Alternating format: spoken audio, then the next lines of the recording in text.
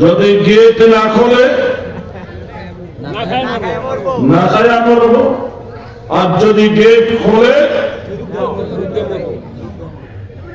যুদ্ধে মরবে। সমাজতা ছাড়া উপায় নাই, বাঁচার একটাই উপায় সমঝোতা। জিন্দা অলি মরহুম হযরতুল আল্লামা আহমদ শফি সাহেব রহমতুল্লাহ আলাইহির সুযোগ্য শাগরিদ ও খলিফা হযরতুল আল্লামা হযরত মাওলানা মুজিবুর রহমান দামাত বরকাতুহুল আলিয়া, হযরতুল আল্লামা মুজিবুর রহমান দামাত বরকাতুহুল আলিয়া হযরতকে কোরআন এবং হাদিস থেকে গুরুত্বপূর্ণ আলোচনা পেশ করার জন্য সবিনয় অনুরোধ করছি। আসসালামু আলাইকুম ওয়া রাহমাতুল্লাহি ওয়া বারাকাতুহু। ওয়া আলাইকুম আসসালাম ওয়া রাহমাতুল্লাহি ইন্নাল হামদালিল্লাহি ওয়াস সালাতু ওয়াস সালামু আলা মান লা নাবিয়্যা বা'দাহ। আম্মা বা'দু ফাআউযু বিল্লাহি মিনাশ শাইতানির রাজীম। বিসমিল্লাহির রাহমানির রাহিম। وقل جاء الحق وزهق الباطل إن الباطل كان زهوقا. وقال النبي صلى الله عليه وسلم الجهاد ماض منذ بعثني الله تعالى إلى أن يقاتل آخر هذه الأمة الدجال لا يبطله جور جائر ولا عدل عادل، أو كما قال عليه الصلاة والسلام. درود الشريف پڑھیں اللهم صل على محمد وعلى آل محمد كما صليت على إبراهيم وعلى آل إبراهيم إنك حميد مجيد. اللهم بارك على محمد وعلى آل محمد كما باركت على إبراهيم وعلى آل إبراهيم إنك حميد مجيد. الحمد لله. বাইতুল হারা কওমি মহিলা মাদ্রাসার উদ্যোগে আয়োজিত তৃতীয় বার্ষিক ওয়াজ মাহফিলের সম্মানিত সভাপতি, উপস্থিত হযরত উলামায়ে কেরাম, মুরব্বিয়ানে ইজম, আমার প্রান্তীয় ছাত্র ও যুবক ভাইয়েরা, পর্দার আড়ালের মা ও বোনেরা, মহান আল্লাহ পাক পরওয়ারদিগারে আলমের সকল তারিফ এবং প্রশংসা, যিনি মেহেরবানি করে আজকের এই মাহফিলে আমাদেরকে আসা এবং ধৈর্য ধারণ করে বসার তৌফিক দান করেছেন। আমরা মহান রব্বুল আলামিনের শাহী দরবারে অন্তরের অন্তঃস্থল থেকে শুকরিয়া আদায় করি, আলহামদুলিল্লাহ। এবং আকায়ে নামদার, তাজদারে মদিনা, মাহবুবে কিবরিয়া, জিগার গোশায়ে আমেনা, মুহাম্মাদুর রাসূলুল্লাহ সাল্লাল্লাহু আলাইহি ওয়াসাল্লামের খিদমতে লাখো কোটি দরুদ ও সালামের হাদিয়া, যার আদর্শ আর তরিকার মধ্যে রয়েছে মানব জাতির জন্য দুনিয়া এবং আখিরাতের কামিয়াবি আর সফলতা। বর্তমানে একটা প্রশ্ন, পৃথিবীর 5টা শক্তিশালী দেশের মধ্যে একটা হলো ইসরায়েল। আধুনিক অস্ত্র শস্ত্রের কোনোটাই কমতি নাই তাদের কাছে, এবং সারা দুনিয়ার খ্রিস্ট রাজ্যগুলো তার সাহায্যের জন্য একমত। এত বড় একটা শক্তিশালী জাতির বিরুদ্ধে ফিলিস্তিনের হামাস মুসলমানেরা যুদ্ধে জড়ানো কি উচিত হয়েছে? এই যুদ্ধের কারণে হাজার হাজার নারী, শিশু, সাধারণ মানুষ শহীদ হচ্ছে। এই প্রশ্ন অনেকের। আমরা দাবি করি মসজিদে আকসা বাইতুল মুকাদ্দাস আমাদের, এটা কতদূর যৌক্তিক?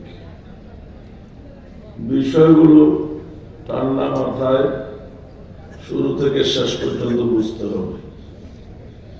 ইমামুন নাস ইব্রাহিম আলাইহিস সালাম, ইব্রাহিম আলাইহিস সালামকে আল্লাহ পাক মানব জাতির ইমাম ঘোষণা করেছেন, ইন্নী জাইলুকা লিন-নাসি ইমামা। ইব্রাহিম আলাইহিস সালামের জন্মভূমি ইরাকের বাবেল শহরে। তিনি আল্লাহর আদেশে ইরাক ছেড়ে হিজরত করে গেলেন মুলকে শামে। সিরিয়া, ফিলিস্তিন, জর্দান এসব দেশ মিলে অতীতকালে নাম ছিল মুলকে শাম।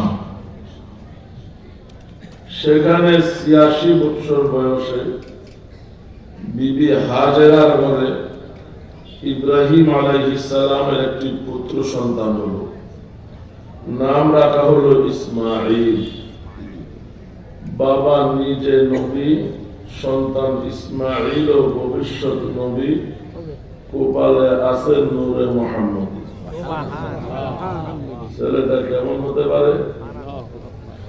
বাবা আদম থেকে বাবা আব্দুল্লাহ পর্যন্ত, যখন যার কপালে নূরে মুহাম্মদী ছিল, সে ছিল পৃথিবীর সেরা সুন্দর সুপুরুষ। একটু জোরে বলেন না সুবহানাল্লাহ। ইসমাঈল আলাইহিস সালামের বাবা নবী, তিনি নিজেও নবী, কপালে আছে নূরে মুহাম্মদী সাল্লাল্লাহু আলাইহি সাল্লাম। কিন্তু আল্লাহ আদেশ দিলেন, এই শিশু পুত্রকে তার মা সহ জনমানবহীন মরুপ্রান্তরে নির্বাসনে রেখে আসুন। কেমন জনমানবহীন? যেখানে পাহাড়ের চূড়ায় দাঁড়াইয়া সামনে পিছনে ডানে বামে তাকাইলে যতদূর দৃষ্টি যায়, দৃষ্টির সীমার মধ্যে কোনো বসতি নেই, এরকম এক জায়গায় নির্বাসনে রেখে আসুন। ইব্রাহিম আলাইহিস সালাম আল্লাহর এই আদেশ পালনার্থে মক্কার জমিনে রেখে গেলেন শিশুপুত্র ইসমাঈলকে। ইসমাঈল আলাইহিস সালামের বংশ বিস্তার করেছে মক্কাতে। ইব্রাহিম আলাইহিস সালামের আরেক বিবি সারার ঘরে আরেক সন্তান জন্ম হলো, নাম হলো ইসহাক। ইসহাক আলাইহিস সালামের যমজ দুইটা সন্তান হয়েছে। যমজ দুই সন্তানের মধ্যে দ্বিতীয় সন্তানের নাম রাখা হয়েছে ইসরাইল। ইসরাইল শব্দটা হিব্রু ভাষা, এর আরবি অনুবাদ হলো আব্দুল্লাহ, বাংলা হলো আল্লাহর বান্দা। বলেন, যমজ দুই সন্তানের মধ্যে ইসরাইল আগে না পরে? পরে। পরে হওয়ার কারণে নাম হয়ে গেছে ইয়াকুব। কথা বলেন, ইয়াকুব আকিবুন শব্দ থেকে। আকিবুন বলা হয় পায়ের গোড়ালিকে। পায়ের গোড়ালি পায়ের সামনে থাকে না পিছে থাকে? পিছে থাকে। ইয়াকুব জন্মের সময় দুই ভাইয়ের মধ্যে পিছে হওয়ার কারণে ডাক নাম পড়ে গেছে ইয়াকুব। আসল নাম ইসরাইল। ইয়াকুব আলাইহিস সালাম তথা ইসরাইল আলাইহিস সালাম তার 12 সন্তান। 12 সন্তানের নামে 12টি গোত্র, এদেরকে বলা হয় বনি ইসরাইল। বলেন, বনি ইসরাইলের জন্মভূমি মুলকে শাম। কথা বলেন, বনি ইসরাইলের মাতৃভূমি মুলকে শাম তথা সিরিয়া ফিলিস্তিন। বনি ইসরাইলের বসত ভিটা মুলকে শাম, মুলকে শাম। ইয়াকুব আলাইহিস সালামের মাধ্যমে, ইয়াকুব আলাইহিস সালামের ছেলে ইউসুফ আলাইহিস সালামের মাধ্যমে 100 ভাগ বনি ইসরাইল চলে গেছে মিশর। সেখানে যায়া দীর্ঘদিনের রাজত্ব করেছে। পরবর্তীতে মূসা আলাইহিস সালামের নেতৃত্বে 100 ভাগ বনি ইসরাইল, সংখ্যায় কোন বর্ণনা মতে প্রায় 18 লক্ষ, মিশর ত্যাগ করে নীল নদী পাড়ি দিয়ে নীল নদীর এই পাড়ে এসে ময়দানে তিহে ছিলেন 40 বছর। সেখান থেকে আবার মুলকে শাম জয় করে সেখানে গেলেন। তবে বনি ইসরাইলের আসল বাড়ি মুলকে শাম, মধ্যে মিশর, আবারও মুলকে শাম। মুলকে শামের মধ্যে ফিলিস্তিন নামক জায়গায় একটা জায়গা আছে জেরুজালেম, আর জেরুজালেমে অবস্থিত হলো মসজিদে আকসা, বাইতুল মুকাদ্দাস। বনি ইসরাইলের মধ্যে যারা মূসা নবীর অনুসরণের দাবিদার তাদেরকে বলা হয় ইয়াহুদ জাতি, যারা ঈসা নবীর অনুসরণের দাবিদার তাদেরকে বলা হয় খ্রিস্টান জাতি। বুঝে আসছে? তাহলে মসজিদে আকসাটা কোথায়? বনি ইসরাইলের মাতৃভূমিতে, বনি ইসরাইলীদের জন্মভূমিতে, বনি ইসরাইলদের বাপদাদার ভিটে বাড়িতে। বুঝলেন? তাহলে মসজিদে আকসার দাবি তাদের না আমাদের? তাদের। আগে যুক্তিতে আসেন, তাদের না আমাদের? তাদের ভিটে বাড়িতে, তাদের জন্মভূমিতে, তাদের মাতৃভূমিতে। তবে মসজিদে আকসার দাবিটা বনি ইসরাইলীদের এটাই যুক্তিযুক্ত।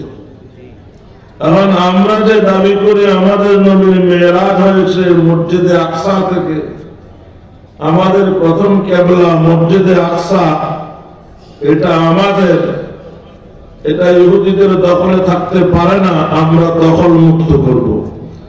আমাদের দাবিটা কতদূর যুক্তি? প্রশ্ন বোঝা আছে? এটা বোঝার জন্য একটা উদাহরণ বুঝতে হবে। বলেন এই এলাকার মসজিদ আছে? কোথায়? পাশে আছে মসজিদ। কারা নির্মাণ করেছে?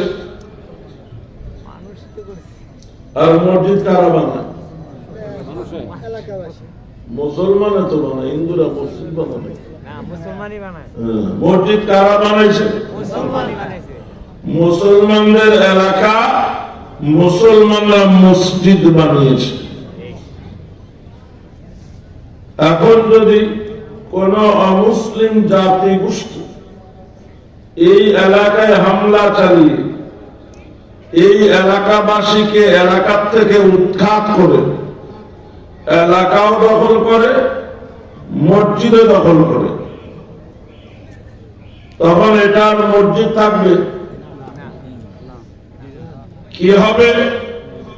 যারা এলাকা এবং মসজিদ দখল করেছে তাদের উপাসনালয় বানাবে। আমি কোন জাতির নাম নিলাম। এমত অবস্থায় কিয়ামত পর্যন্ত মুসলমানদের এই দাবি করাটা বৈধ হবে যে এই এলাকা আমাদের, এই উপাসনালয় আমাদের। এই অমুসলিম জাতি গোষ্ঠী জবরদখল করেছে, আমরা এলাকাও রক্ষা করতে পারি নাই, মসজিদে রক্ষা করতে পারি নাই। যদি কখনো আমরা শক্তি সঞ্চার করতে পারি, এই এলাকাও পুনরুদ্ধার করব, মসজিদও পুনরুদ্ধার করব। এই দাবি যৌক্তিক না অযৌক্তিক? এই দাবি কতদিন চলবে? কিয়ামত পর্যন্ত চলবে। এই দাবি বৈধ না অবৈধ? বৈধ। পক্ষান্তরে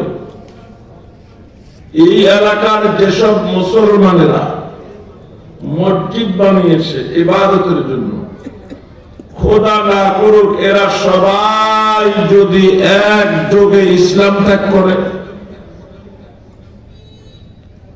অন্য ধর্ম গ্রহণ করে, তখন আর মসজিদ থাকবে না। কি হবে? এরা যে ধর্ম গ্রহণ করেছে ওই ধর্মের উপাসনালয় হবে। তখন এই এলাকা এবং এই মসজিদ আমাদের দাবি করার কেউ থাকবে না। জি। কারণ এই এলাকার মালিক যারা, তারা ধর্ম পরিবর্তন করার মাধ্যমে এলাকা এবং মসজিদ নতুন ধর্মের হয়ে গেছে। কথা বোঝা আসছে? জেরুজালেম তৎকালীন সময়ের একটা মজবুত কিল্লা, পুরা এরিয়ার চারপাশে মজবুত উঁচু প্রাচীর, অনেক মজবুত গেট, ভিতরে মসজিদে আকসা এবং ইহুদিদের বসতি। কাদের বসতি? জেরুজালেমের এই কিল্লা জয় করার জন্য আমিনুল উম্মাহ হযরত আবু উবাইদা ইবনুল জাররাহ রাদিয়াল্লাহু তাআলা আনহু 40,000 সৈন্য বাহিনী নিয়ে কিল্লা অবরোধ করেছে।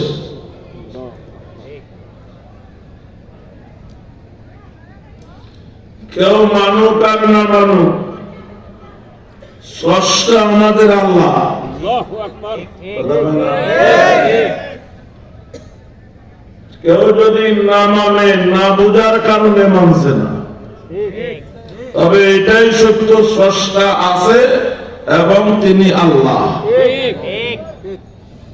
তাহলে আমাদের উপর দায়িত্ব হলো স্রষ্টার ইবাদত করা, এবং আমাদের দায়িত্ব হলো যারা স্রষ্টার ইবাদত করে না তাদেরকে স্রষ্টার ইবাদতের দিকে ডাকা। এটাকে বলে দাওয়াত। পৃথিবীর কোন জাতির অধিকার নাই সৃষ্টিগতভাবে আল্লাহর পথে দাওয়াত দিতে বাধা দেওয়া।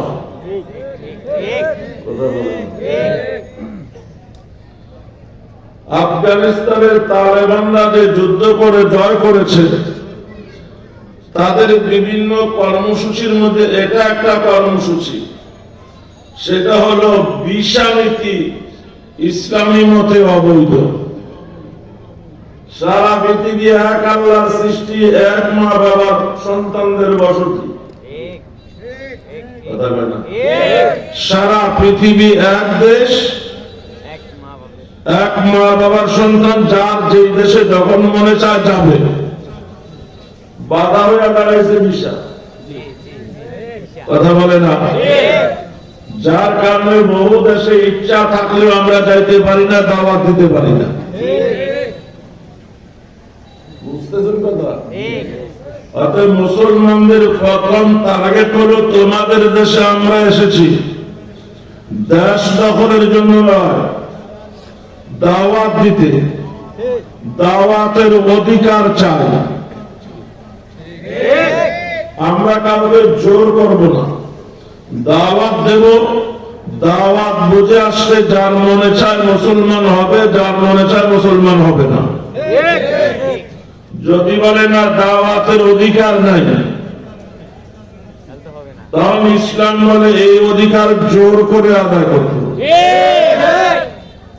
তাহলে আসো, লড়াই করো। লড়াইতে আমরা জিতলে দেশ আমাদের, তোমরা জিতলে দেশ তোমাদের। আমরা যদি জিতে যাই দেশ আমাদের হবে, তখন দাওয়াত মুক্ত। তোমরা তখন আমাদের দেশে থাকবা ট্যাক্স দিয়া, তোমাদের জানমালের নিরাপত্তা আমাদের। এই নীতি কি অযৌক্তিক? না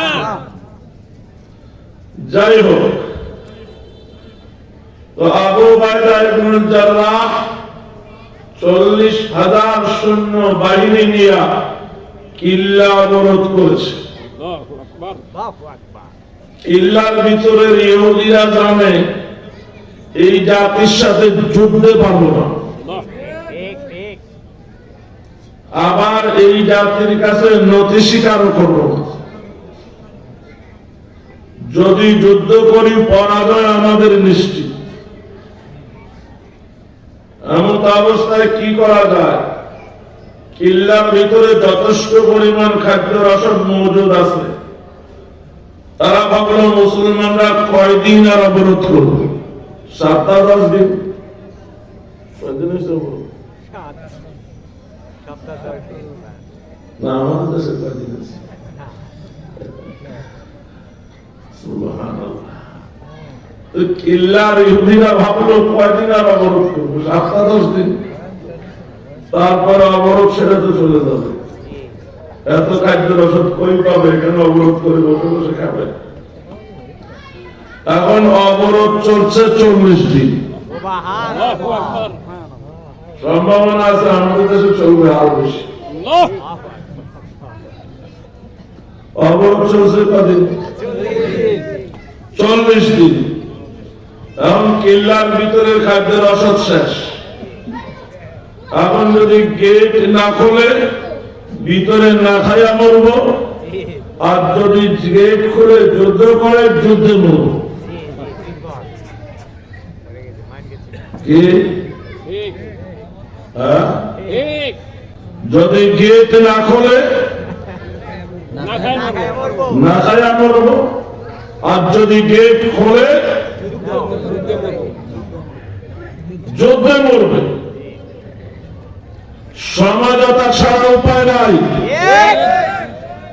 বাঁচার একটাই উপায় সমঝোতা। ঠিক আজ এক শ্রেণীর মুসলমান মনে করে ইহুদি খ্রিস্টানদের টার্গেট হইল মৌলবাদ। আমরা মুসলমান হইলেও আমরা টার্গেট নই, কারণ আমরা প্রগতিবাদ। কি? মনে রাখতে হবে ওদের টার্গেট মৌলবাদ নয়, ওদের টার্গেট মুসলমান। কাশ্মীরের মা বোনদের উপর যে জুলুম অত্যাচার নির্যাতন চলতেছে, ওরা কোন মৌলবাদের বৌজি? কথা বুঝেন নাই? অভিশপ্ত আধুনিকতার কোনটা কাশ্মীরে নাই? এক শ্রেণীর মুসলমান মনে করে আমরা ইহুদি খ্রিস্টানদের হামলা মুক্ত, কারণ আমরা প্রগতিবাদ। ওদের টার্গেট হল মৌলবাদ। এই ধারণা ভুল। কথা বলেন, ওদের টার্গেট মুসলমান। এখানে বোমা হামলা হলে শুধু মৌলবাদ মরব, প্রগতিবাদ মরবে না। কথা বলে না। ইহুদিরা ভাবলো কিল্লার গেট বন্ধ থাকলে ভিতরে না খাইয়া মরতে হবে, আর গেট খুললে যুদ্ধে মারা লাগবে। বাঁচার একটাই পথ সমঝোতা, সন্ধি। কথা বলে তো তোমার এটা বুঝে আসে না? ভাই ভাই হানাহানি মারামারি কাটাকাটি বন্ধ করে কি করে সমঝোতা করে দেশের শান্তি আসা আনা যায়, এই চিন্তা কেন তোমার ভিতরে